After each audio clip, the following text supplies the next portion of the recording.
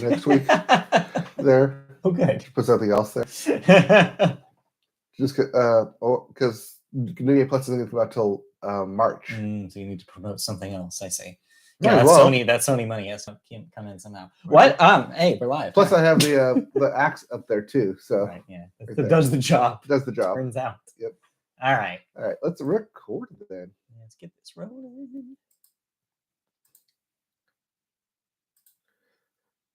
And welcome into another episode of the Media Boat Podcast, your weekly one-stop shop for movies, TV, music, and video games. Not necessarily in that order.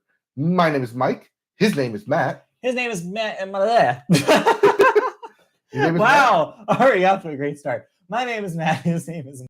That's what I usually say. Thank you for joining us. It is January the 14th, 2023. This is episode 366. Yep. And hey, welcome. We're here to talk about all the stuff that he said. All those things and more. Got a banger for you this week.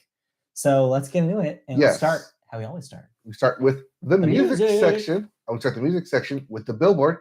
And we start the Billboard with the Hot 100.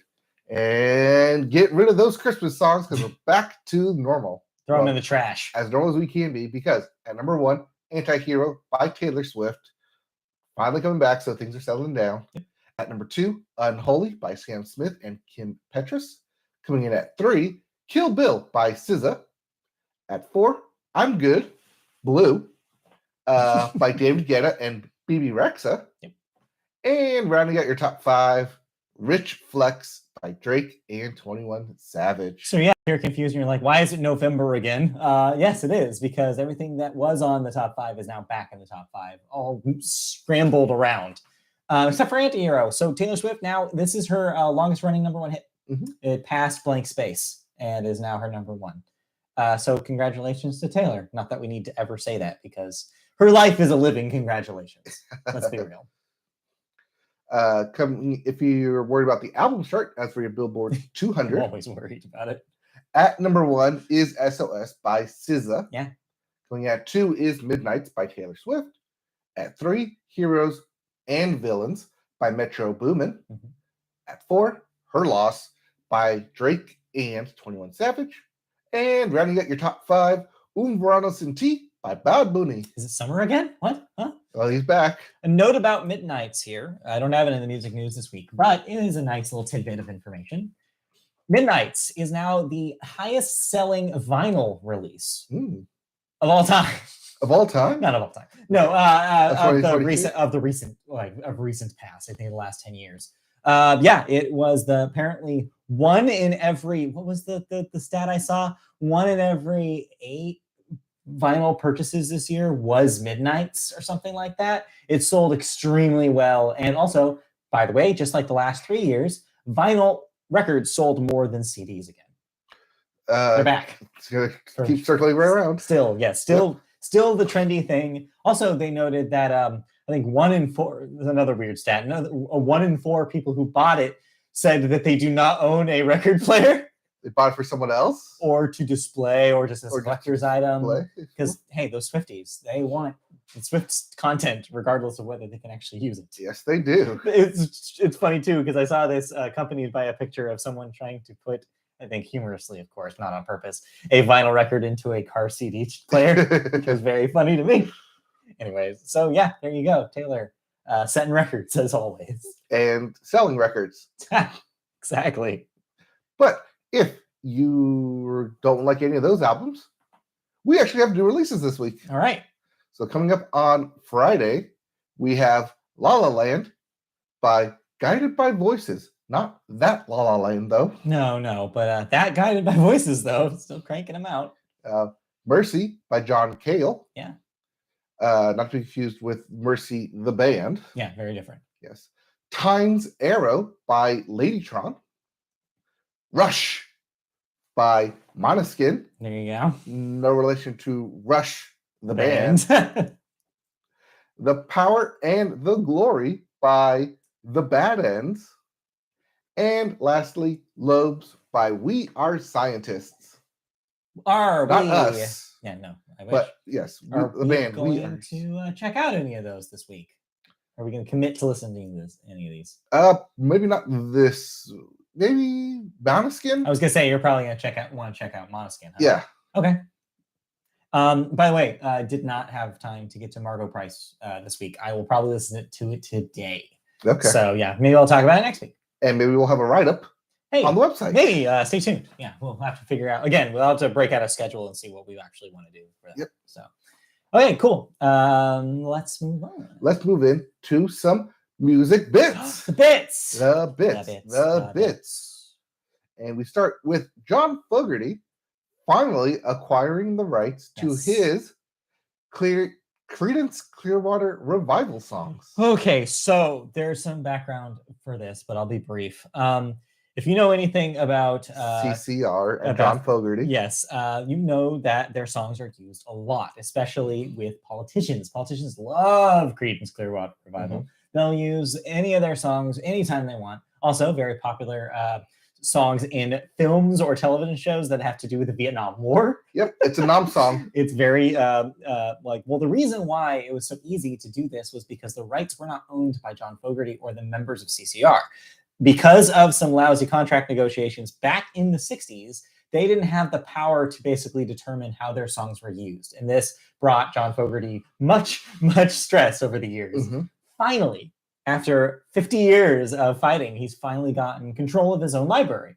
So that means that he will now be the last call to how those songs are used from now on.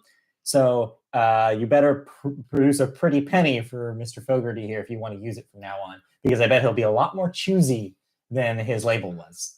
Or we can stop making Vietnam movies. I mean, it's by time at this point. Yes. But I thought this was an interesting little bit to start the bits today, because I was like, wow, he finally got him. He finally got him.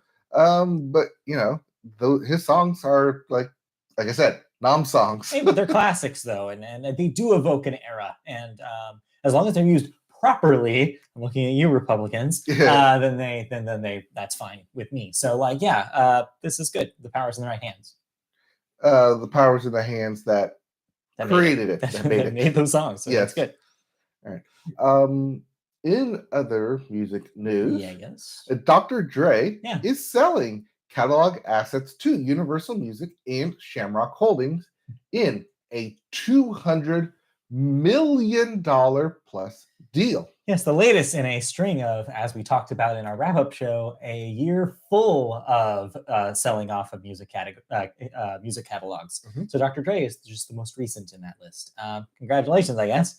$200 million, not bad.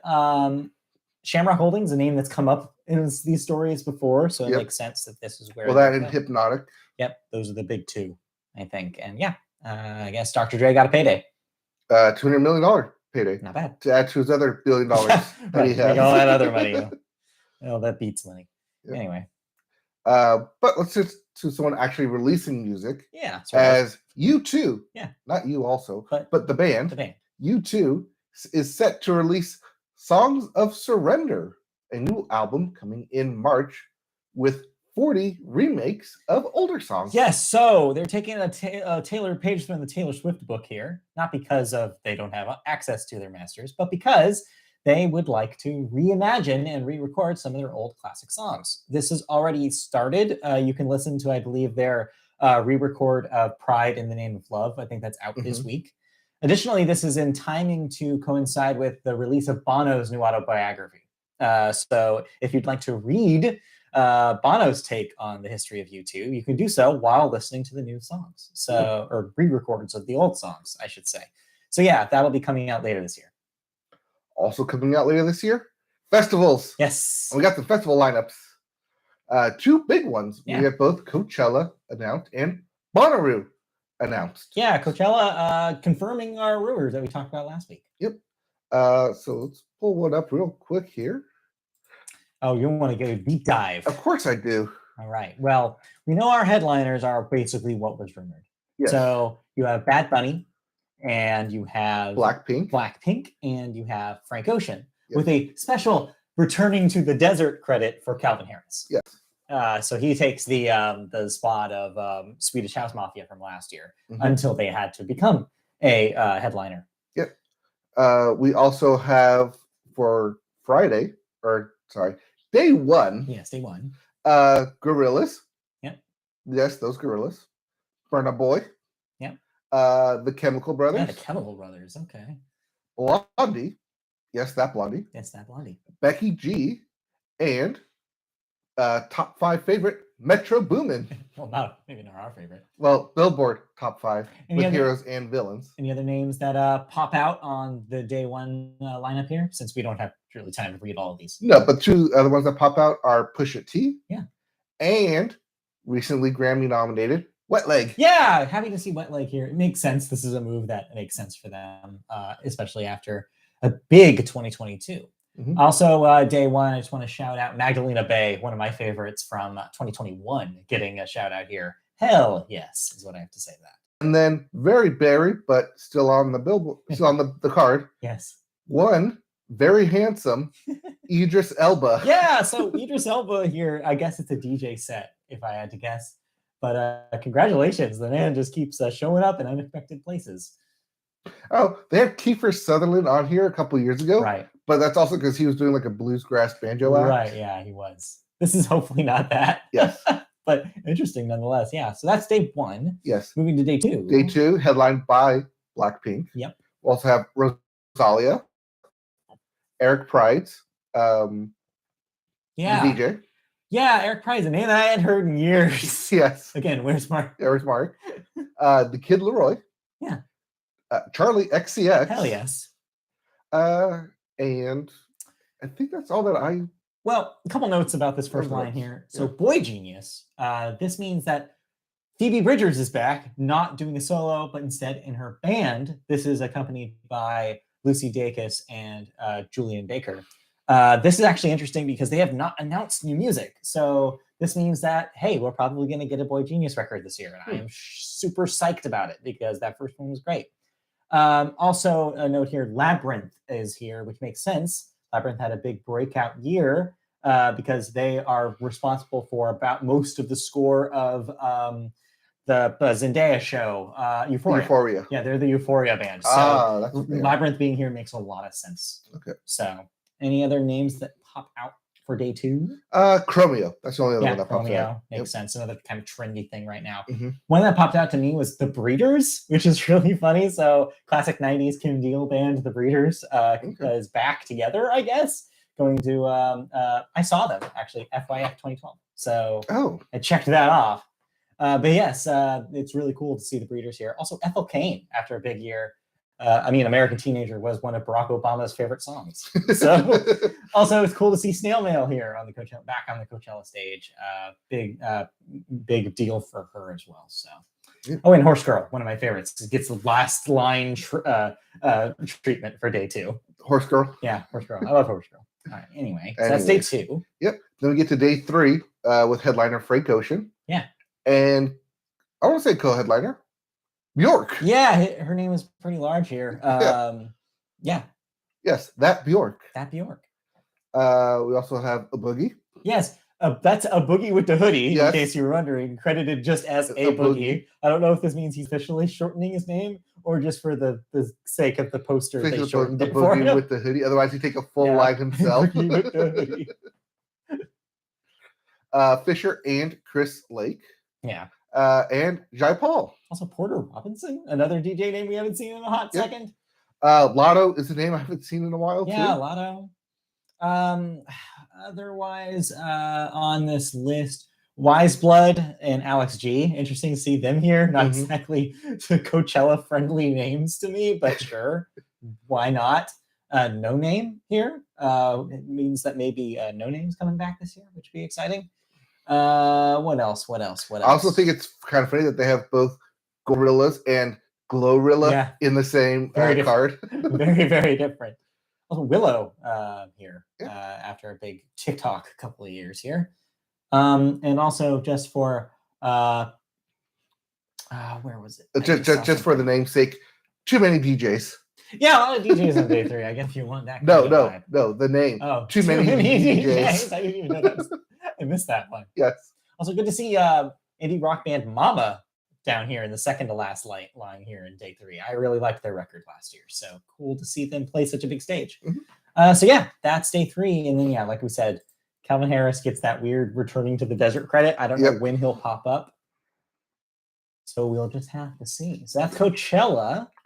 But they were not the only ones to announce the lineup. No, because Bonnaroo officially announced their lineup as well, headlined by Kendrick Lamar, Odessa, and the Foo Fighters. And this is pretty much where everybody who's not at Coachella ended up, because this one, in my opinion, might be a better lineup, at least for the headliners.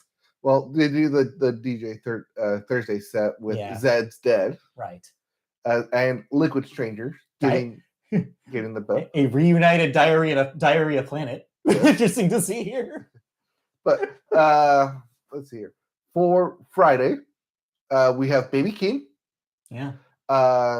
Grizz, Portugal, The Man. Right. Subtronics.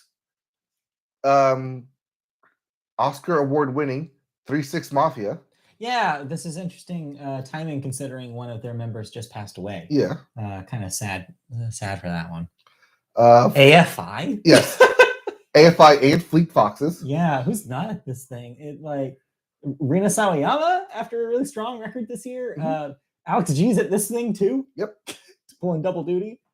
Well, this one's in June. Bonnaroo's in June. Yeah. So there's some time in between. There's some Yep. break there. As for Saturday's lineup, headlined by Odessa, there's also Lil Nas X, who surprisingly didn't get the headliner. No, but hey. Tyler Childers, My Morning Jacket. My Morning Jacket, wow. Korn. Believe it or not, Sheryl Crow is here. Jid is here.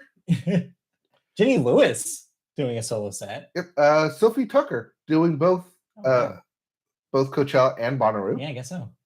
And also there's a Rainbow Kitten surprise. Oh, I didn't see the Beths were on this lineup. Yep. Oh shit. And I'm telling you, if you're going to Bonnaroo, make sure you see the Beths. The Beths. I had quite a lot of fun when I saw them in April. Yep. The Beths and Jenny Lewis on the same day. Wow. Well, you know. Maybe you should go. I'm not going to Tennessee. All right. Well, if you go, you want to go for the Sunday lineup. Yeah, because this one's killer. Yes. Not that it has the Killers on it, but it is headlined by the Foo Fighters. Yeah. But also has Paramore. Marcus Mumford. Right. Not his son. After his solo record this year. The Revivalists, Alesso, Pixies, and Girl in Red. Yeah, Taylor Swift's own Girl in Red.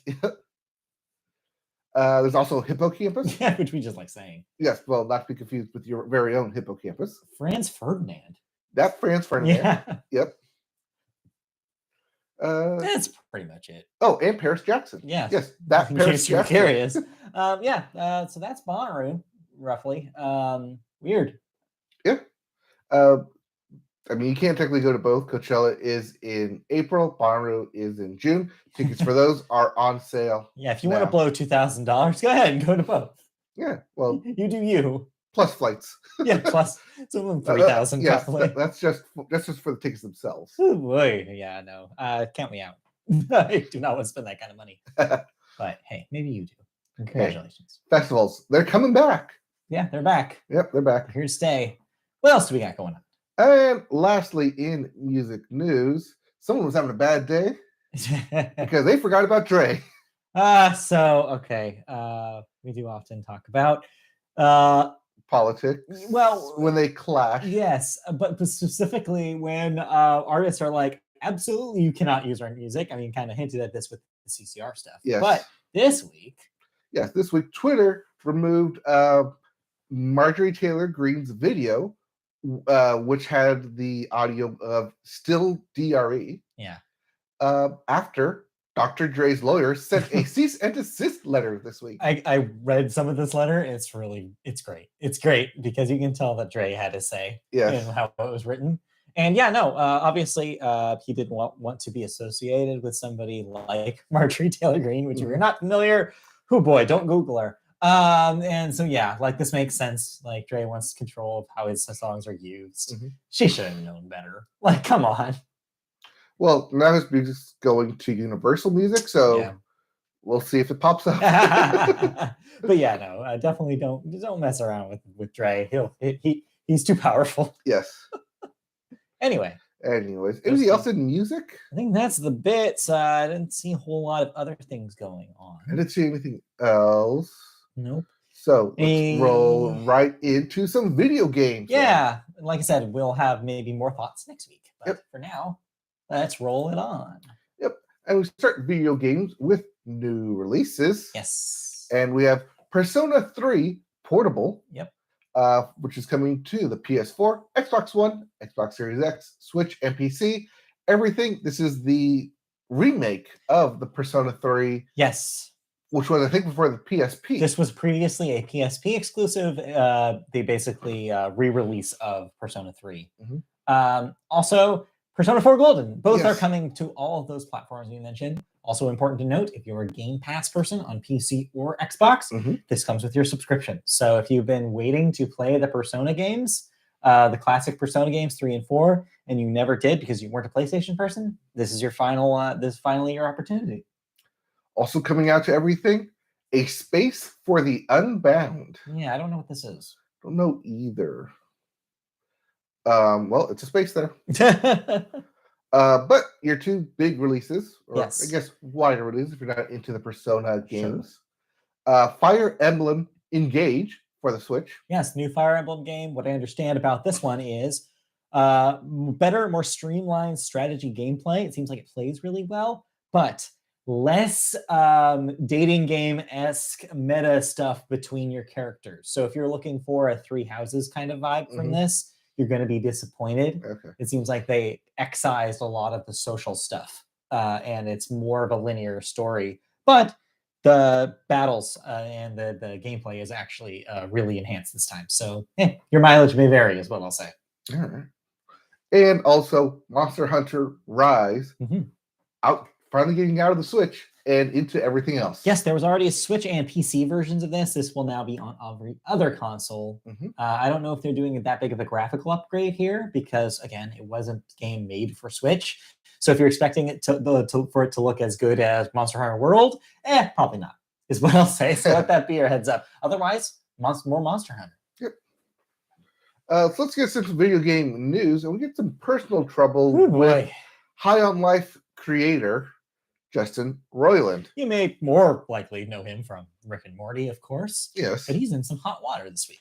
Yes, because Justin Roiland has been charged with felony domestic violence in California. Actually, here in the Orange County system. Fun fact. Yep. He's been charged with 1 count of domestic battery with corporal injury and 1 count of false imprisonment by menace, violence, fraud, and or deceit.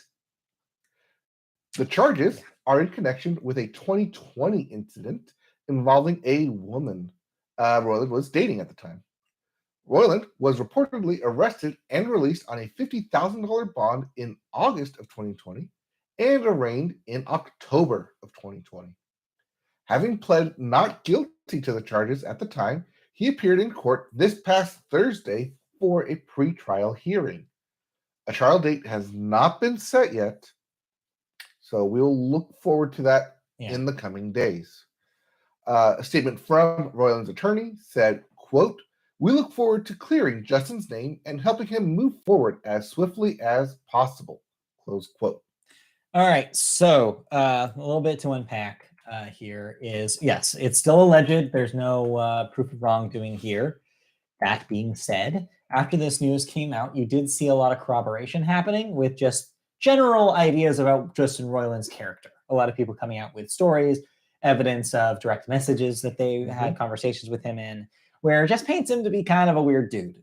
We talked a little bit about this pre-pod, but it makes sense for a guy with this kind of sense of humor, this acerbic kind of like, complicated kind of view on life to have that repercussions in his social life. Turns out that this may or may not be true. So yeah, kind of weird timing, especially considering the huge runaway success that High on Life has been. And so it's definitely one of those like moments where it's like, oh, huge PR pivot, right? where you had all these people talking about how great of a time they were having with this video game, only to now be like, oh, well, what about this guy, huh? Now we're finding out more about him. As you said, we'll have to wait until the trial takes place to see if there's any more evidence to prove the allegations and see how that goes.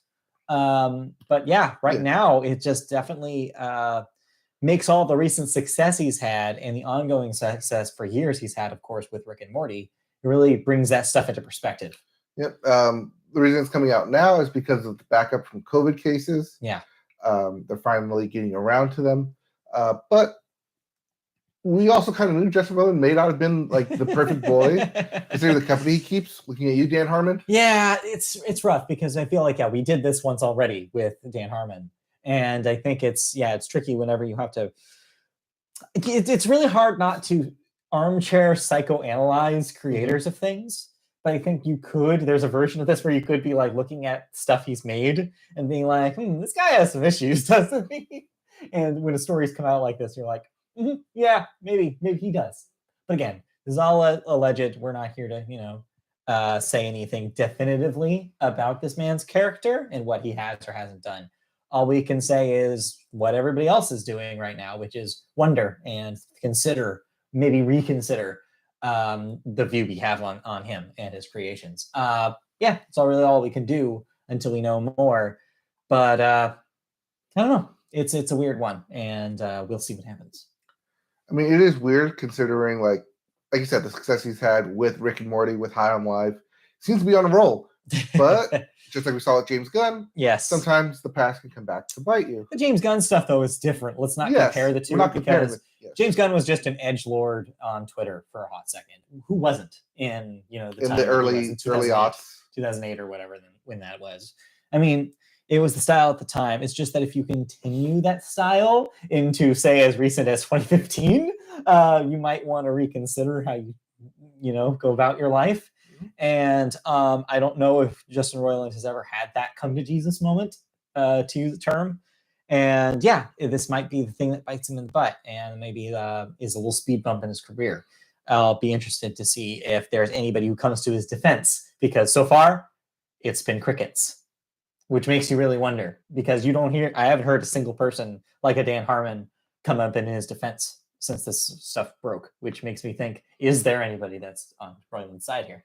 Well, they're not the only entity that's been having crickets lately. Yes. Because Ubisoft is screaming of crickets right now as they have canceled 3 unannounced games and delayed its long in development pirate adventure game, Skull and Bones. Yet again. So announcing the news on Wednesday, Ubisoft said it's, quote, facing major challenges as the industry continues to shift towards mega brands and long-lasting titles that can reach players across the globe, across platforms, and business models. Close quote. Ubisoft said it has spent the last 4 years attempting to adapt its biggest brands. See Assassin's Creed, Far Cry, Ghost Recon, The Division, to these converging trends. However, quote, the games from this investment phase have yet to be released, while our recent launches have not performed as well as expected. So included in recent launches here includes the sequel to Mario and Rabbids. They said in this statement that it underperformed. I saw, that's the statement that I did see. It's interesting that they shout out at one point that, it's because we don't have the biggest brands right now. Dude, your game has Mario in it. Yes. That's not an excuse you can use. So, okay. Also, Assassin's Creed, you may have run that into the ground yourself. So, there's a few things happening in this statement. First thing is, basically what they're saying here is that the trends in video game development is all about live games. They have some live games in the cooker. We know this. They're trying to live gamify Assassin's Creed by doing the Infinity platform. But it's not out yet. As they mentioned, it's one of the many projects. Creed Mirage. No, Mirage is separate. Mirage is a standalone game that's outside of the Infinity thing. I thought that was the Infinity thing. No. That's different. See, they have two going on at the same time. This is another problem with Ubisoft, is that they have too many things happening all at once. Mm-hmm. They don't focus on one major project. And so I think that's like really harshing them right now. Not just that, though. They're basically saying we're putting out our single-player games the way we used to, and they're just not hitting like they used to. It's fair. But yeah. The other thing here is, man, Skull and Bones. It's been now pushed to a huge range of huge time for release that it goes to next year. So this might not even come out until early 2024.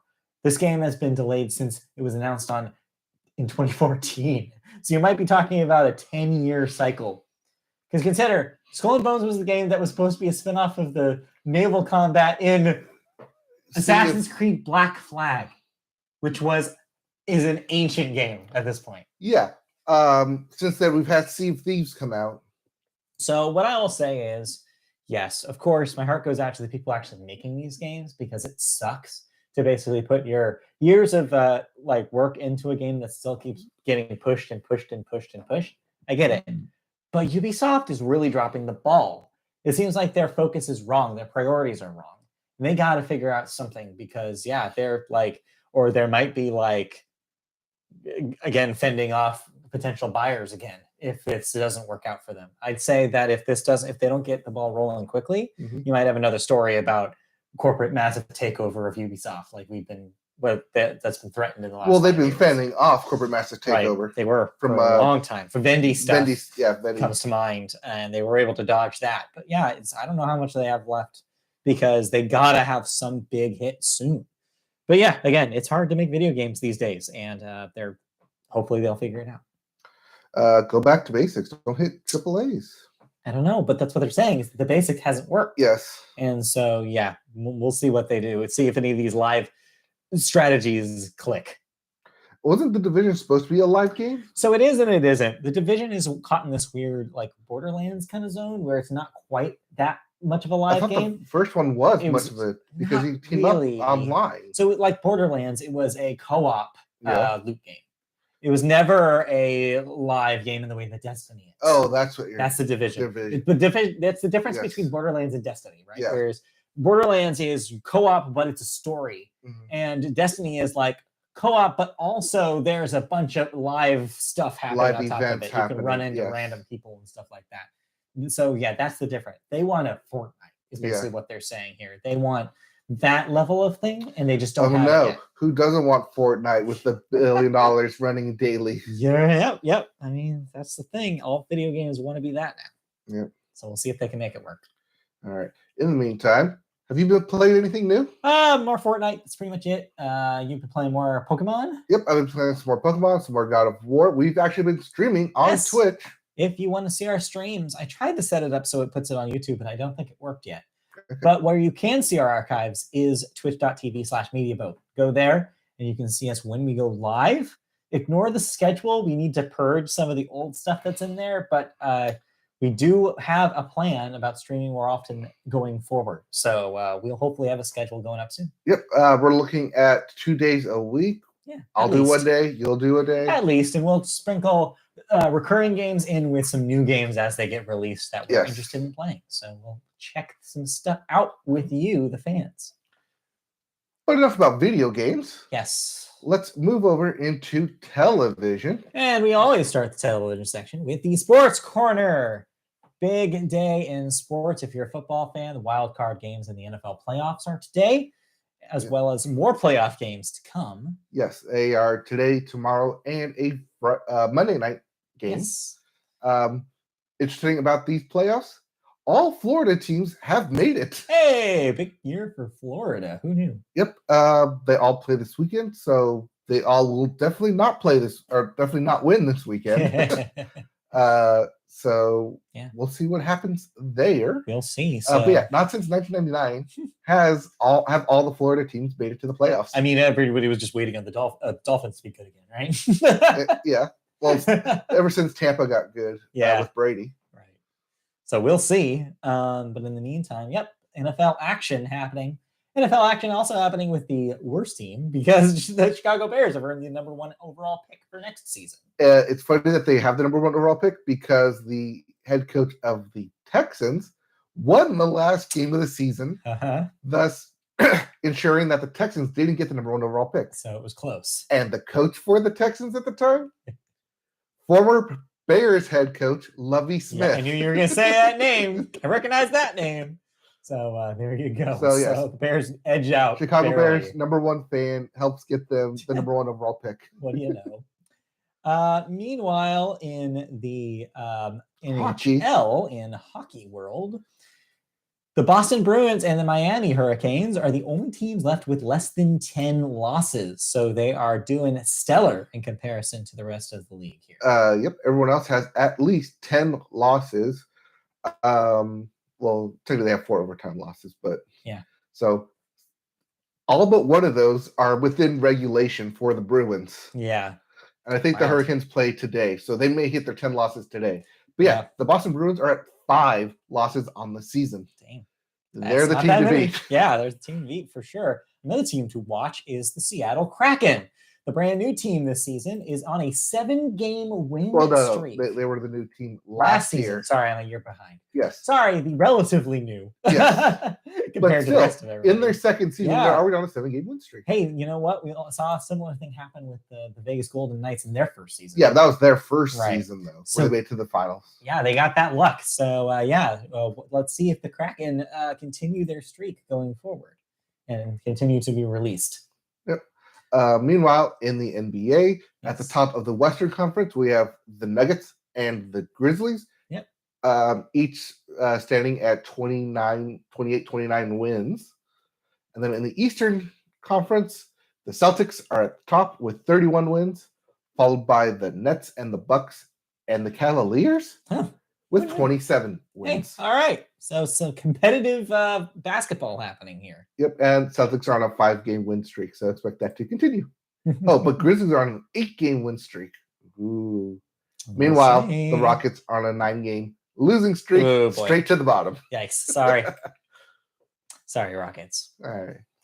Also, in relatively sports news. Oh, you want to talk about that in here?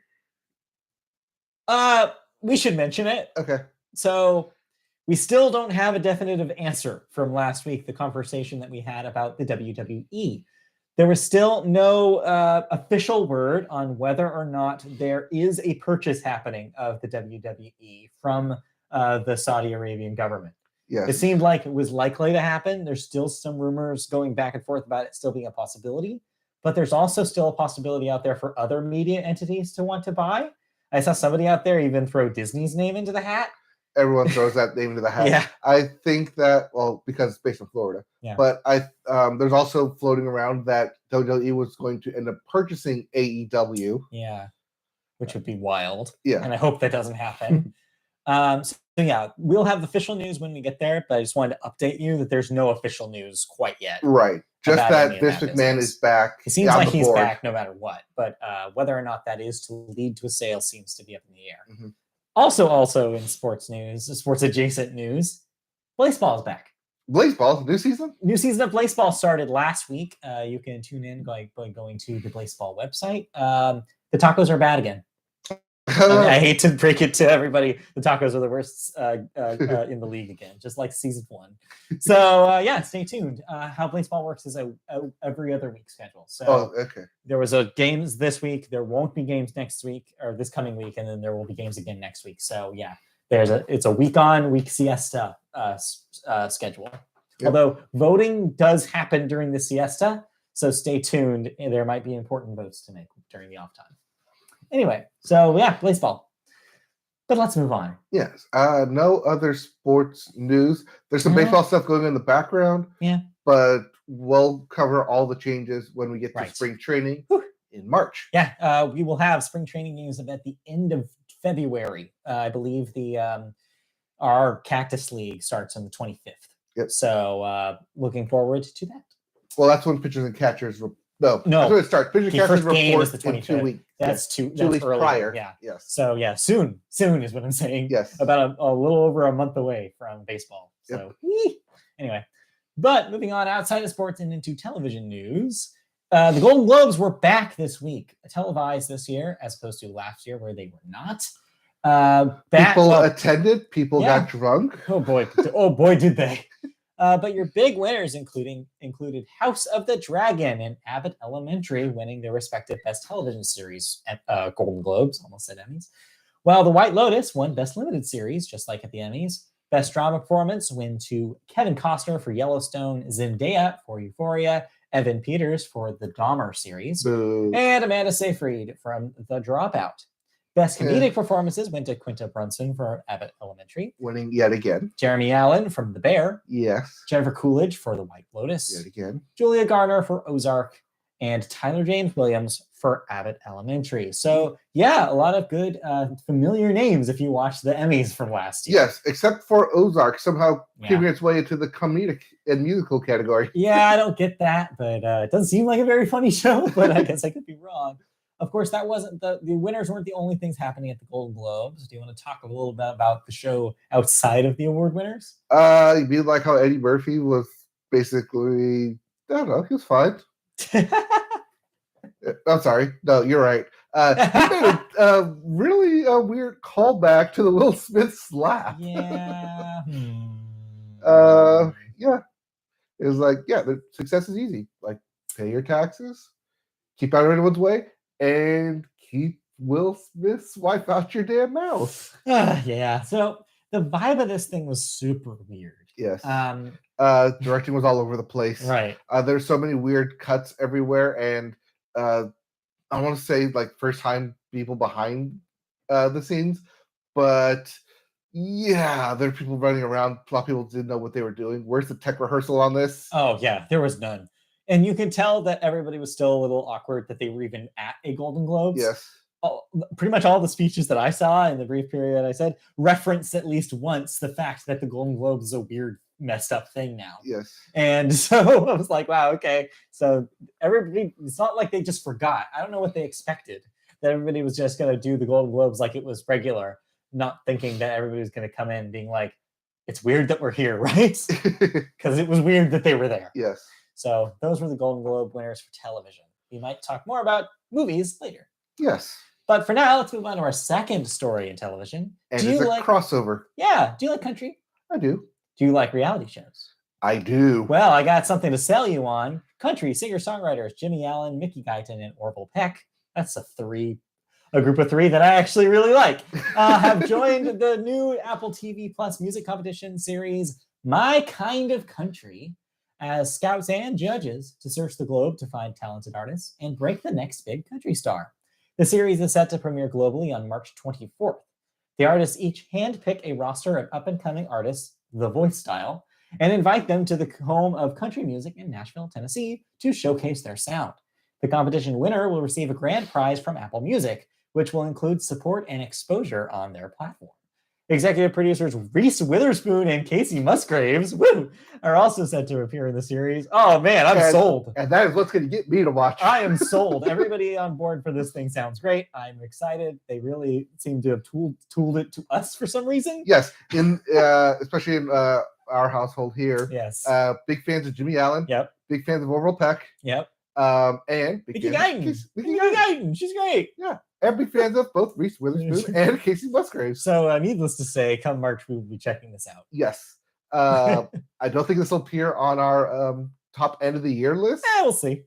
Might be great. Who but knows? Hey, it's on Apple Music. I'm ready for Apple TV. I'm ready for a singing reality show that's one, not The Voice, and two is not Katy Perry on the American Idol. So I am ready. Let's give it to me. Just yes, eat it with a spoon. Because it is specifically country, how much country can you stomach in an episode? I mean, it depends, though. The genre is actually, I think, wider in variety than people give it credit for. I think you can have traditionalists, you can have pop country, you can have bluegrass, you can have... There's a reason they have their own award show. Right, yeah. I think there's, like, the old country stuff, I mean, you have Orville Peck there. Yes. So, like, that's telling you right there that the range of sounds you're going to get is going to be wider than if you just had the tradition. Also, not having a white, like just a white straight guy in this panel gives me so much hope.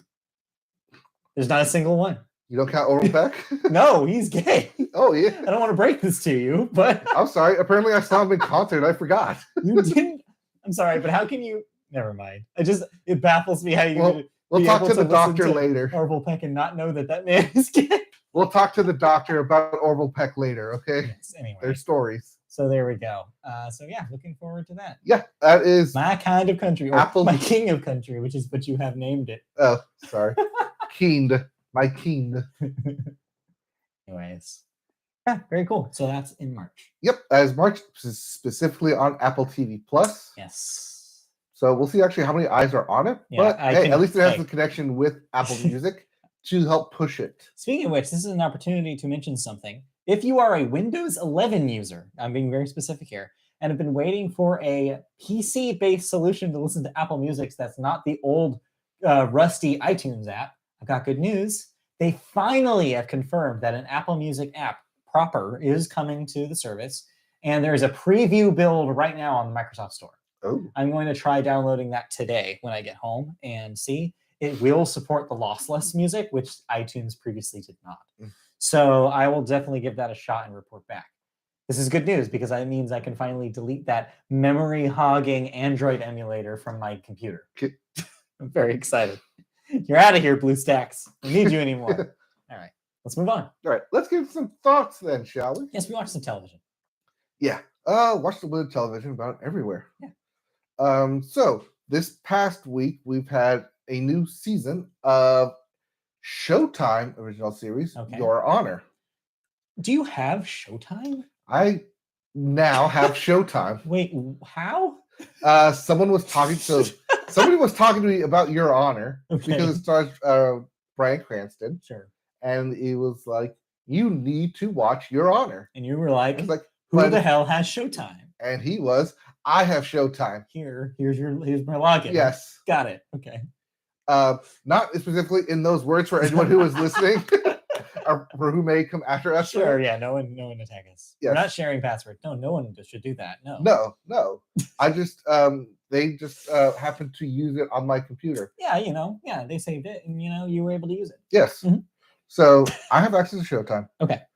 So first thing I did was watch Your Honor. No, I watch Everything Everywhere All at Once. Oh, okay. Because that is somehow exclusively on Showtime now. But then after that. But then I watched Your Honor. And I started at the beginning of Your Honor. So this is technically a 2-year-old show now. Oh, this has been running for a while. No. This is season 2. Started this week or this past week. Got it. I'm not there yet. I'm just going through season 1 now. Okay.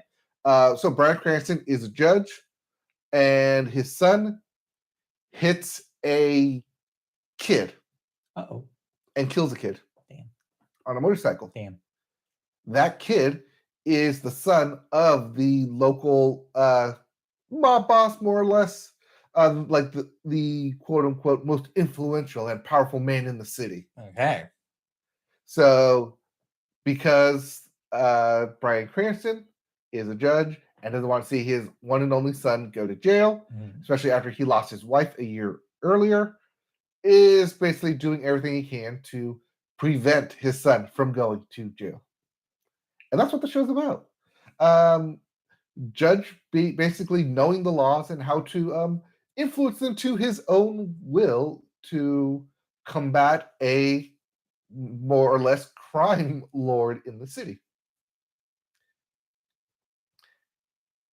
Okay, it's kind of compelling. That's where I can say, he may be on to something here. You're enjoying it. I am a bit enjoying it. Yes, I am 3 episodes in. I'll probably get through season 1 next week if I can, and then start the new season. But it is pretty compelling. It is very. It has a lot of the same people behind it as The Wire. Okay, I think is why it's like so shot so well. A lot of it is very real, very gritty, but it's also a lot of the color palette is very muted, so it keeps it in like when it talks about like the slums and like the projects, and it's like here's all your muted colors, but then when it goes to the other end of the city, it's all brightly lit, especially inside of the judges' chambers, which is odd, I think. But it's like it's nice like contrast of a city. But one of the things that they do right is they do a long take. Has one of the characters runs from one side to the other. Well, it's not a long take, but it's a montage of goes from one side of the city to the other, and you see the light fades as he runs through. There was one scene, however, that really irritated me, and it was when Bryan Cranston in the pilot gets out of the judge's box and basically walks over in front and starts acting like a lawyer. Okay. And questioning the cop. And I'm like, should you be doing this? I get what you're trying to set up here, but is that really judge-like of you? No. That's what I thought. Good. Put that out there. Yeah. No, I don't think so. But then again, everything that he does in the series is very not judge-like. Someone who's supposed to like know the laws and obey the laws, and yeah, maybe not because you know them, you can bend them to your will. What is technically legal? All right. So yeah, Your Honor on Showtime. If you want to learn how to get away with murder, that's not on ABC. But yeah, that's Your Honor. All right. Well, there you go. So if you have Showtime. If you have Showtime. It's a big if. Yeah. All right, what else this week? I also watched on Netflix a new cooking series. All right.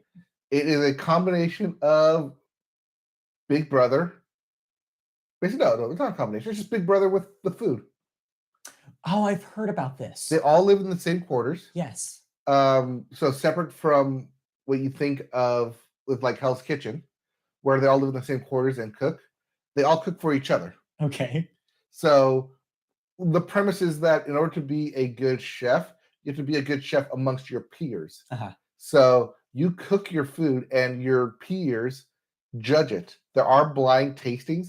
It's quick. It's only 6 episodes. But it's very Big Brother-esque because no one else comes in and out. It's just them, and they're judging each other's food. So you see these alliances come in and break. And I swear there's one guy on there, Mike, who I've seen in other cooking reality competitions. Oh, I bet you have. There's a lot of repeat people on these things. And I was like, I know I've seen you around. I'm pretty sure you were also on Hell's Kitchen. And you got kicked out for the exact same reason because you thought you were better than everyone. And sure enough, he still thinks he's better than everyone. Yeah.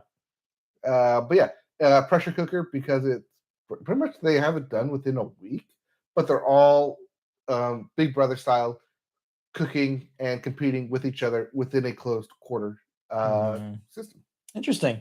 So yeah, I don't know. I might pitch this to Christy because we are still on our Circle High. Yes. And it's about to end next week. Yes. So we might need a replacement reality show. It's 6 episodes. They're all an hour. It goes pretty fast. Maybe I can talk her into trying that out. Because that sounds like an interesting combination. I mean, she's even to the point where now she says something I never anticipated she would say after we last week watching the newer Circle episodes. She literally said to me, should I get into Big Brother? And I was like, oh boy, that's a can of worms right there, girl. I don't know. I'm glad I got the doctor in on The Amazing Race. We're not going back and watching old stuff, but when the new stuff comes out, we'll watch it. One of my favorite things when we lived together, it was so funny because you would put on The Amazing Race when you had nothing else to watch. You would just fall asleep when it was on. Yeah. So I would sometimes come home and you'd just be asleep in your armchair while Amazing Race episodes from like 2003 were happening. Yeah. Which is very funny to me. Well, they haven't perfected it yet. But I like the adventure. I like going around, not leaving my couch or my chair. Yeah, it's like, especially, if you want to travel, they do the traveling for you. Yeah. I don't have to deal with airports. Anyway, anything else you watched? Those are the 2 big things that I watched. All right. Week. I watched the pilot for HBO Max's new animated series, Velma, which is what it sounds like. It is an animated show that is about Velma, the character from Scooby-Doo. This is the Mindy Kaling project. But yes, that is the twist. This is Mindy Kaling twisting the character to be of Indian descent, as she is in real life. And also tweaking the Scooby-Doo characters as well to be slightly different. I know what you're probably thinking is the gut reaction to this kind of concept is, we've done edgy take on Hanna-Barbera way too many times at this point. It's an old hat, like, let's do something different. Velma is attempting to do something different, but before you get too excited, maybe lower your expectations for this thing. I'm really on the fence about this show. Like I said, I've only watched the pilot so far, but I don't know how I feel about the vibe of it. And it seems like it's getting extremely divisive, mixed opinions. What I will say in its favor is the animation is surprisingly good. There's a lot of really cool stylistic touches that they're doing here. It's a good looking show in general. There's a lot of cool experimental things they do with like dream sequences and flashbacks. And I think generally, like some of the takes are really impressive. Like there's like some really cool animation happening here. But it seems like in all the events and like press that they're doing for this thing, they're kind of just focusing on the writers and the talent and not really talking about the animation studio, which I think does a great disservice because just watching the pilot, I was like, oh, this is like 90% like watchable because of what's happening on screen. It's a really interesting looking vibe that they have going on here. But the flip side of that is the writing. I'm not sure how I feel about it. There's some great gags here. Like it's a joke a minute kind of approach that you saw with what you see in stuff like Rick and Morty. Some of it's like or a BoJack Horseman, kind of the style of what you'd expect an adult-oriented animated show to be on. Mm-hmm. It's basically that kind of approach. It's very jokey, very constant, very consistent in like that kind of tone. But where that maybe backfires is that Velma's character, also voiced by Mindy Kaling here, is not that likable at all. Like they basically take all the charm of that character and throw it out the window and instead make her the like the default Mindy Kaling character, which is very much like smarmy, snarky, sarcastic, and constantly like anxious about things and just not a fun character to spend a whole lot of time with. I think there's interesting stuff they're doing with the other characters. The Shaggy equivalent, just named Norval here, which is Shaggy's actual name. Yes. If you know anything about the Scooby-Doo lore, he seems like the most interesting character so far. It's so far the best bit that I think in the show is that they do this very like he's very anti-drug thing, which is hilarious for that character. So there's literally a line where he looks at the camera and says, I've never tried weed, not once. And it's a good bit, but again, we've seen bits like this done before. And I don't know if this approach to the Scooby-Doo universe is that different and that compelling to make it work in 2023. I may or may not go back to it and try the rest of the season. If I do, I might do a write-up for it because I think there maybe is something to say about what it's trying to do. I just don't know whether it's successful yet. Some people really like it, though, so I may be willing to give it some extra time to really process how I feel. But that's on HBO Max. That's all of what's up right now. Not all of it. Sorry, 2 episodes are up now. It's going to be a weekly release going forward. So yeah, I don't know. We'll see. Okay. I will check this out. I forgot that it was on. Yeah, it's up there. Yep. Yeah, check it out. See how you feel about it because I know you have a slightly higher tolerance for this kind of animated show than I do. That being said, yeah, I don't know where it's going to go from here. I don't know what they're going to do with her character to make it likable because so far my biggest worry is that if you're not rooting for Velma, who are you rooting for? And that's my worry. So we'll see. Okay. Also, there's an attempt at some sort of like mystery actually premise, and I don't know if they're actually going to commit to that. Is it weekly episodes? Or it's going to be weekly, yes. Okay. So yeah, I don't know. We'll see. All right. So that's on HBO Max. Yeah, that's HBO Max. Also coming to HBO this Sunday, The Last of Us, the HBO series. I think I'll be checking this out because I've heard some really interesting positive feedback from video game people, not just I guess because of its video game relation, they actually gave video game press members early access to all the episodes. Yeah. Seems like people like it. People who really like the video game really like this adaptation of it. So I might watch it. I'll be checking it out. I'll try to get my doctor to check it out with him. Maybe it'll be our new Sunday show. So yeah. Just because it's getting high. I've seen a lot of good praise from it. Really good praise. I think I saw 88 on Metacritic. It's high. It's high. Yeah. So yeah, this might be the next big HBO hit, which is weird to say. But it's also what they need. So. Yeah, I don't know. But yeah, we'll talk about that next week when we'll have feedback about the first episode. Mm-hmm. So stay tuned. Anything else? That's pretty much it. We had a surprise Patton Oswalt this week on Celebrity Jeopardy. That's what I watched this week. I'm sorry, a surprise run the table of Patton Oswalt. I mean, I was not surprised that he was good at Jeopardy. I mean, I wasn't either, but it's also fun to see Patton Oswalt. I can't wait to see whether semis. I can't wait to see him have to battle Michael Cera to see who moves on. Fun. Yeah, Celebrity Jeopardy remains fun. It's The Circle wraps up next week. Yes. So we'll have full thoughts about The Circle's finale next week as well. Yep. It's getting complicated. I feel like this is the most drama they've ever had on this show. Yeah, I think there's a lot more alliances that are there and breaking. I feel like the producers really put the wrench in it this season. They set up something that absolutely worked, and it's ruined everything for everybody. Yep. And I don't want to go into details, but yes, we'll go into full details, just full spoiler talk next week when we talk about it. Yeah, so next week is the full Circle breakdown. Maybe I'll get our Circle correspondent to join us for that. And in the meantime, I don't think anything else. TV is slowly returning. Yeah. So check your if you haven't recorded. Check your local listing. I'll say check your DVR if you haven't recorded for series. Break out your TV guide. Yes, check your guides. TV is slowly returning because I think Hell's Kitchen also returned this past week.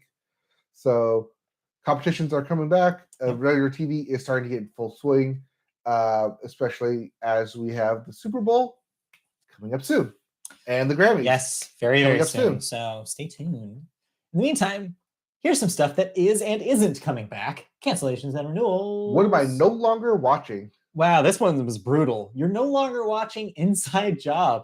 Even after they confirmed that season 2 was coming, they decided to give it the axe anyways at Netflix and have canceled it, which means that the existing season will be the only season of Inside Job. Yes. Unsure if they're going to shop it around to other creators. You would think. I could see this as a Hulu show. Yep. Because it's really disappointing.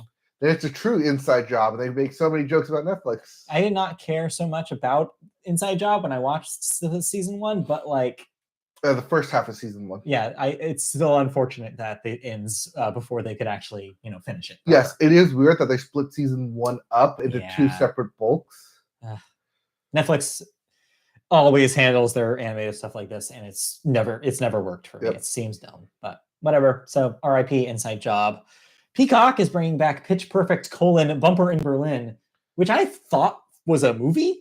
I thought it was a movie too, but I guess it wasn't because it's going to get season 2. So I guess congratulations to Adam Devine. Yeah, you convinced yet another NBC show to give you a second season. Shrug. I don't know. Who knows? AMC has finally confirmed that the 8th season of Fear the Walking Dead will be its last. This coincides with proper The Walking Dead ending this year as well. Spinoff, though, The Walking Dead Dead City has been delayed, so it will not be releasing quite yet. It was supposed to be a spring release. It will now be a fall release. Got it. So it's just going to be pushed to the end of the year now. Don't be surprised if it gets pushed even further than that, seeing as The Last of Us is also coming out this week. Here's a bunch of renewals for you. First up, Rogue Heroes gets a second season on Epix, alongside Billy the Kid getting a second season on Epix as well. All American gets a 6th season on the CW, the rare CW show that keeps going. It is so rare. It is officially the only show that has confirmed to come back next year for this season. Go. The last of its kind. Abbott Elementary on ABC, yay, gets a 3rd season confirmed. Of course it does, because it's being showered with awards. Yes, this was announced immediately after the Golden Globe wins. And I'm happy to report, watching season 2's second half right now, it still deserves all the praise. It's still great. Grown-ish will get a 6th season on Freeform. Netflix has decided they don't want No Mo because Mo will have its season 2 will be its final season. So no Mo. CBS is inexplicably bringing back Ghosts for a 3rd season. Who watches this show? Chuck Lorre. Yeah, I guess so. Paramount Plus will be bringing back Criminal Minds: Evolution for a 2nd season. Well, that's Paramount Plus. Yes, that's what I said. Yes. Stars. And I heard CBS for some reason. No. Stars is bringing back Minx for a 2nd season.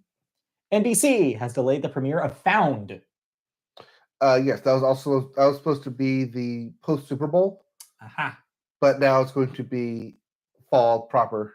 So what will now be the post Super Bowl? Have they announced? Don't know yet. Interesting. I don't know what CBS or what NBC has.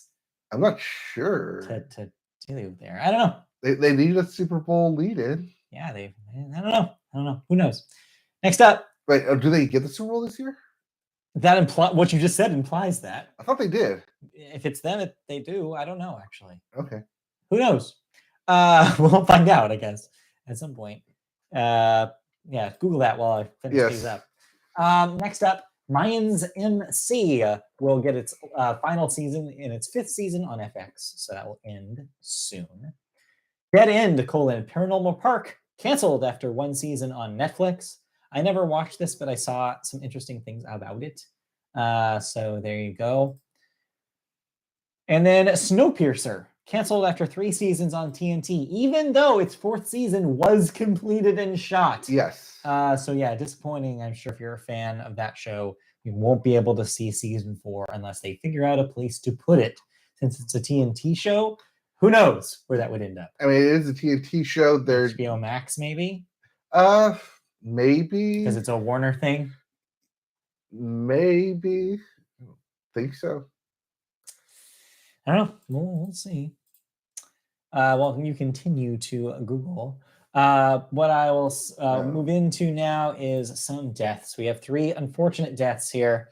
First up, Jeff Beck, age 78. Of course, a Hall of Fame guitarist, famous for being the guitarist in the Yardbirds, obviously best friends with Bob Dylan, also the titular Jeff Beck group, and a 6 times Grammy winner. You saw a lot of artists, especially those who use a Fox. It's Fox this year. Yes, which means 911's probably going to get the lead. One of the many 911s. Yes. So yes, you saw a lot of artists, especially those who are partial to the guitar, come out and have a lot of glowing things to talk about Jeff Beck's guitar playing over the years. And yeah, definitely will be a legend missed among the music faithful. Yep. Then we have Charles White, age 64, was a football player for the Cleveland Browns and the LA Rams, won the Heisman back in 1979. They just had him in one of the Heisman commercials because they were doing the Heisman trophy ceremony last month. So there you go. Not a Hall of Famer, but in our hearts. Well, NCAA Hall of Famer. Sure. Heisman Trophy winner. That's fair enough. Then lastly, this was a recent one, I believe yesterday, this came out. Yep. Lisa Marie Presley, age 54, daughter, of course, of Elvis. Singer-songwriter in her own right, though. Lights Out, You Ain't Seen Nothing Yet. Worked with a lot of prominent musicians in her time. Long career, but yeah, dying young at 54. Yeah, she was just on an award show, too. Yeah. Not the Golden Globes, the one before it.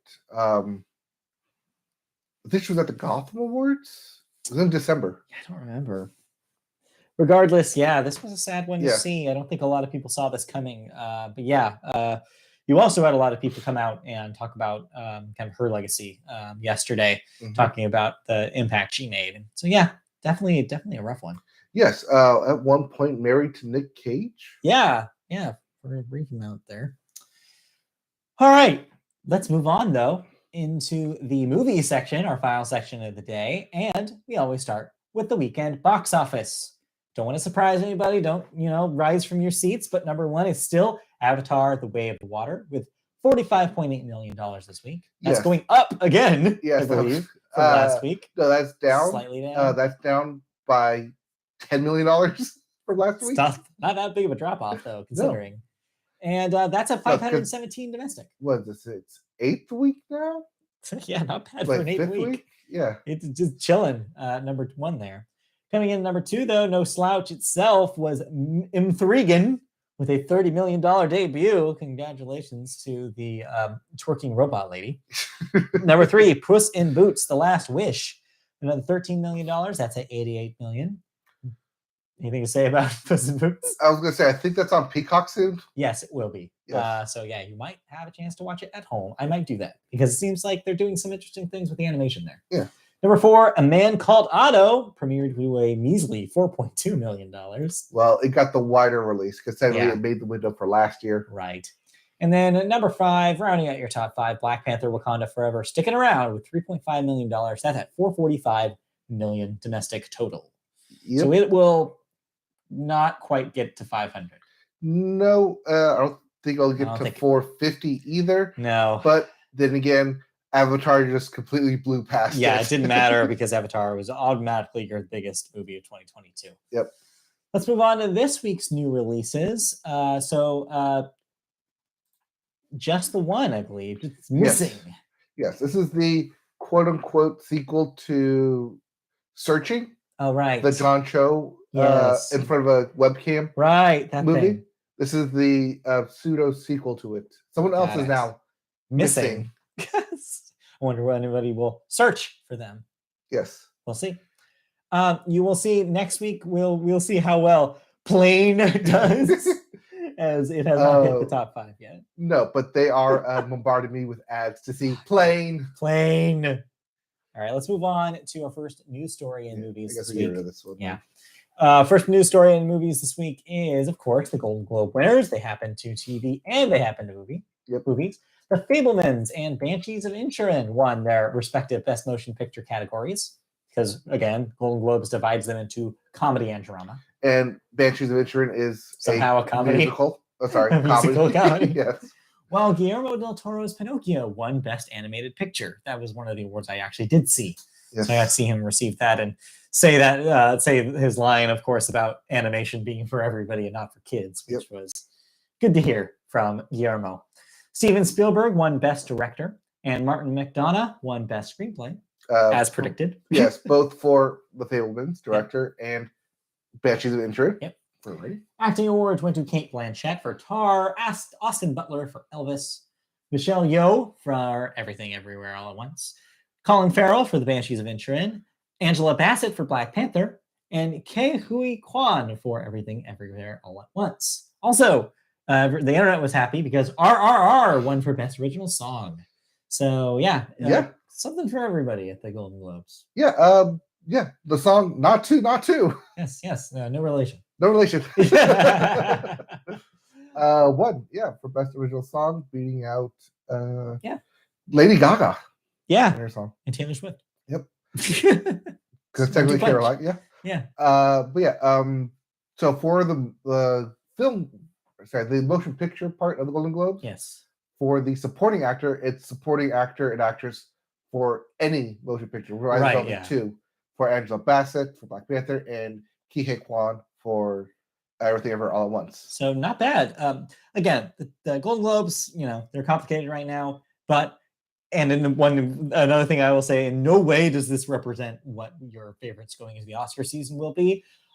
Just forget all this. All this because it won't matter. It won't matter. It's because the SAG is coming. Yes, that was when the real ones start. Yes. And we'll talk, even though nominees for SAG came out this past week, we'll talk about them when the actual awards happen in February. We will get there. But in the meantime, we have news about Media Boat favorite topic, MoviePass. It's still here. It's still around. Sort of, kind of. Well, whatever entity MoviePass is, announced it has raised its seed financing, led by Animoca Brands, a Hong Kong-based game software, blockchain, and venture capital company. And this is where it gets interesting. MoviePass declined to state how much money it had raised as part of the seed financing round.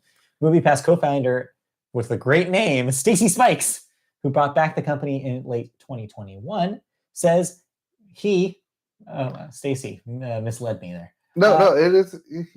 Okay. I'll throw them up for you. Stacy.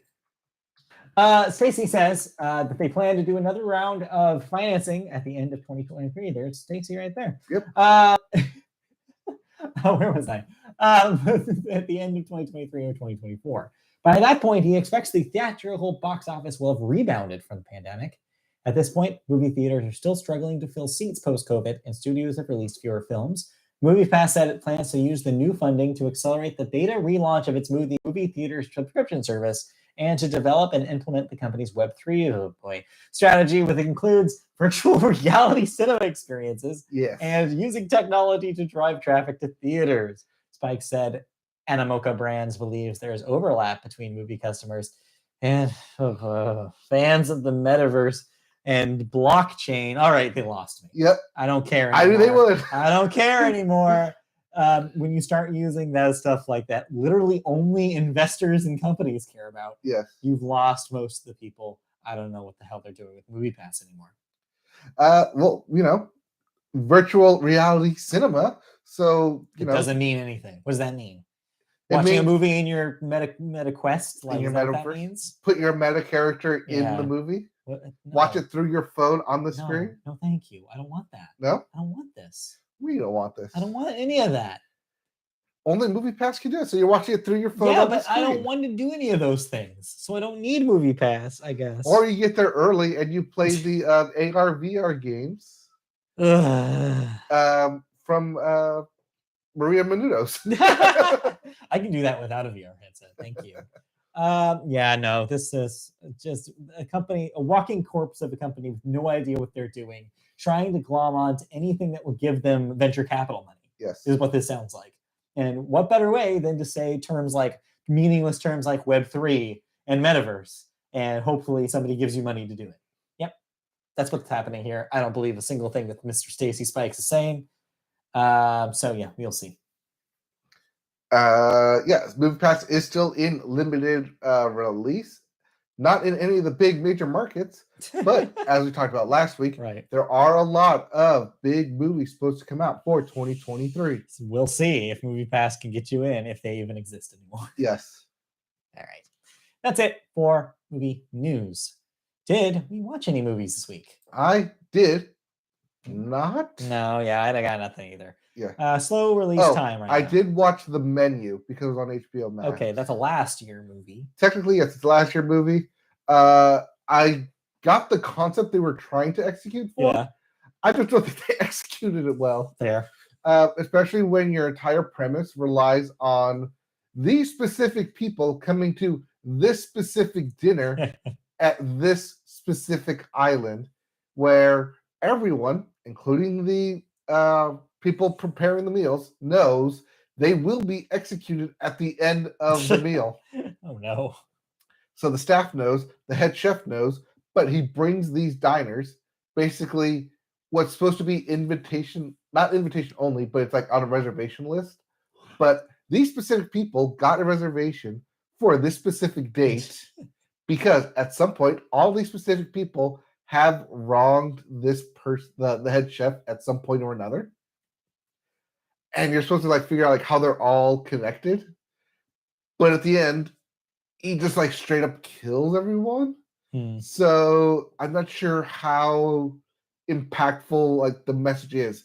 Where I get the meaning of it. I do. Where it's don't be a critic to someone who puts their heart and soul on a plate. Right. That in order to be on a plate on the screen, just in an artist form. That these are artists who put their passion out for display, and for you to sit there and critique it may not be all that helpful or all that promotive to society. Mm-hmm.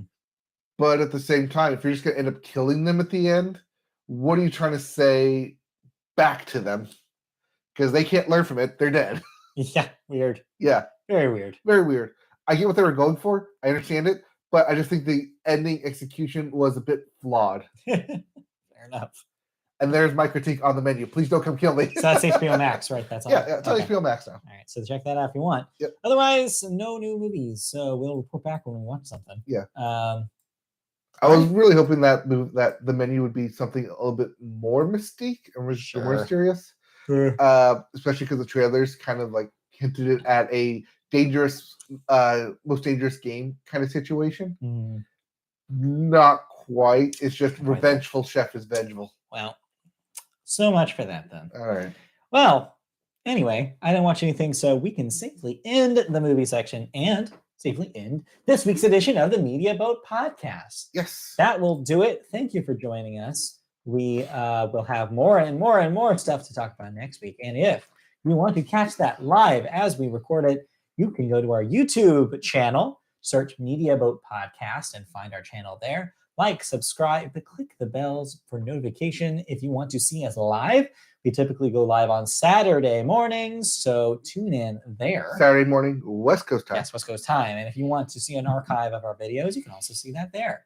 If you'd like to see us or hear us in your ears, through normal podcast means, you can also do that. You can find us on Spotify, Google Play, Apple Podcasts, Amazon, anywhere you listen to podcasts, you can download us. Also, you can find our special episodes, including our March Madness brackets and our year-end wrap-ups. That's all available on our podcast feed. If you want to see a visual interpretation of all these things, go to MediaBoatPodcast.com, our website, where we'll be running updates about new episodes of the podcast and new streams for video games as we stream on our Twitch channel. If you want to see that Twitch channel, we're twitch.tv/MediaBoat. Find us there. We'll have a more solid schedule moving forward about what games and when we're streaming very, very soon. So stay tuned to that. You can also find this in social media networks like Twitter, where we're at MediaBoatCast. Find us there for updates about when things go live. And then if you want to email us questions, comments, feedback about the show or any of our videos or write-ups, please email us at mediaboatpodcast@gmail.com. If you ask us a question for the podcast, we will read it live and answer it in real time. So if you want to have a question answered, if it's something, a burning thing that you've wanted to know about us, hey, email us, mediaboatpodcast@gmail.com. In the meantime, we'll be back next week. Thank you for joining us here. Stay tuned next week for even more, and we'll see you then. Yep, we will have our thoughts on The Last of Us, the TV series, yes, as well as anything else that comes up. Who knows? It could be anything. So stay tuned, and we'll see you guys next time. We'll be back with more news, more thoughts, and more us. Yep. Bye. All right, bye. Hey, and there's another episode in the books at 120 on the dot. Boom, Perfect. Boom. Bye. Cool.